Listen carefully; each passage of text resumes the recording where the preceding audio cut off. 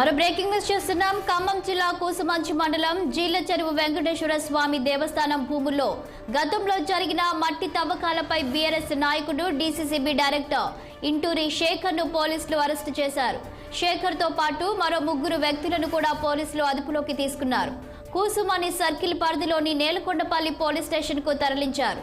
వారిపై 447, 420, 409 సెక్షన్ల కింద కేసు నమోదు చేశారు.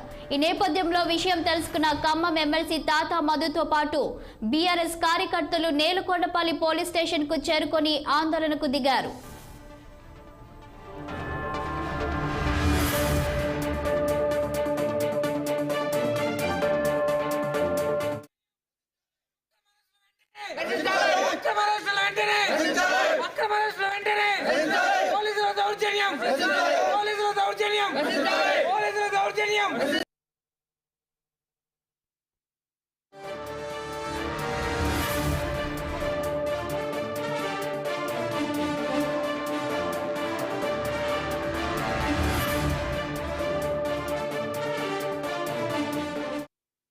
బీఆర్ఎస్ పార్టీ నాయకుల మీద కార్యకర్తల మీద అక్రమ కేసులు బనాయించి బీఆర్ఎస్ పార్టీ నాయకుల్ని కార్యకర్తలను బెదిరించి ఏదో బీఆర్ఎస్ పార్టీని రాష్ట్రంలో లేకుండా చేస్తామనేటువంటి ఒక భ్రమల్లో కాంగ్రెస్ పార్టీ నాయకులు ఉన్నారు.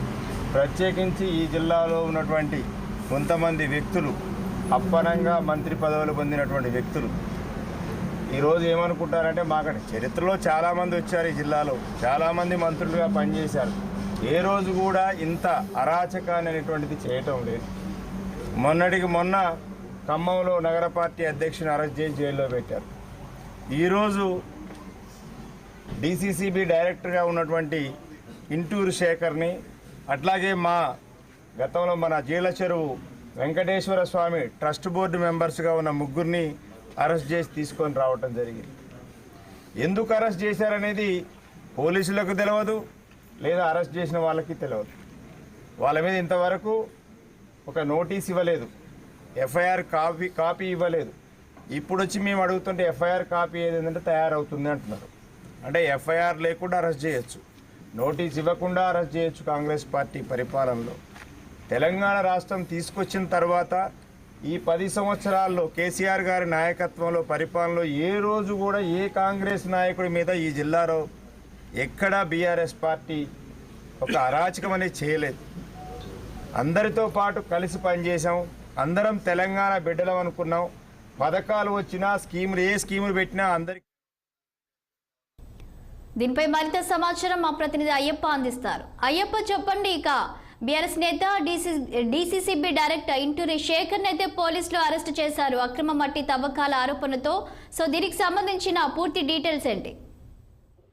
శాలిని, నిన్న రాత్రి అర్ధరాత్రి 1 గంట సమయంలో బీఆర్ఎస్ నాయకుడు డీసీసీబీ డైరెక్టర్ ఇంటూరి శేఖర్ ను పోలీసులు అయితే అక్రమంగా అరెస్ట్ చేశారని బీఆర్ఎస్ నాయకులు నేలకొండ పోలీస్ స్టేషన్ వద్ద ధర్నా చేపట్టారు. దీనికి సంబంధించిన పూర్తి వివరాలు చూసుకున్నట్టే ఖమ్మం జిల్లా కూసుమంచి మండలం జీళ్ల చెరువు వెంకటేశ్వర స్వామి దేవస్థానం భూముల్లో గతంలో జరిగినటువంటి మట్టి తవ్వకాలపై డీసీసీబీ డైరెక్టర్ ని నిన్న రాత్రి అరెస్ట్ చేశారు. అయితే ఇతనితో పాటు మరో 3 వ్యక్తులను కూడా అరెస్ట్ చేసి పోలీసులు స్టేషన్ కి అయితే తరలించారు. అయితే కూసుమంచి సర్కిల్ పరిధిలోని నేలకొండపల్లి పోలీస్ స్టేషన్ కి తరలించారు. అయితే వీరిపై 420, 409 సెక్షన్ల కింద కూడా కేసు అయితే నమోదు చేశారు. అయితే ఖమ్మం ఎమ్మెల్సీ తాతా మధుతో పాటు బీఆర్ఎస్ నాయకులు నేలకొండపల్లి పోలీస్ స్టేషన్ చేరుకొని అయితే అర్ధరాత్రి ఆందోళనకు దిగారు. అక్రమంగా అరెస్టు చేశారని ఈ సందర్భంగా తాతా మధు చెబుతున్నారు.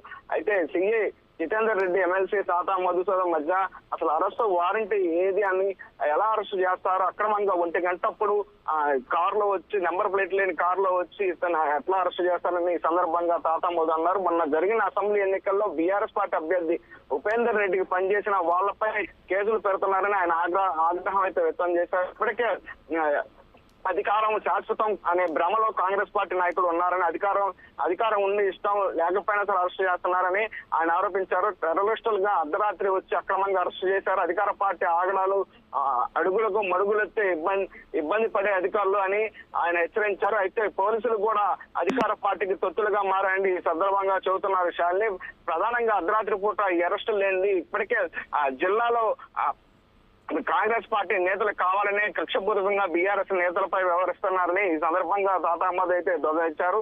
అక్రమ అరెస్టులు చట్టం ముందు ఎదుర్కొంటామని ఈ సందర్భంగా ఆయన చెబుతున్న పరిస్థితి అయితే మనం చూస్తున్నాం. Shalini, thank you Ayyappa.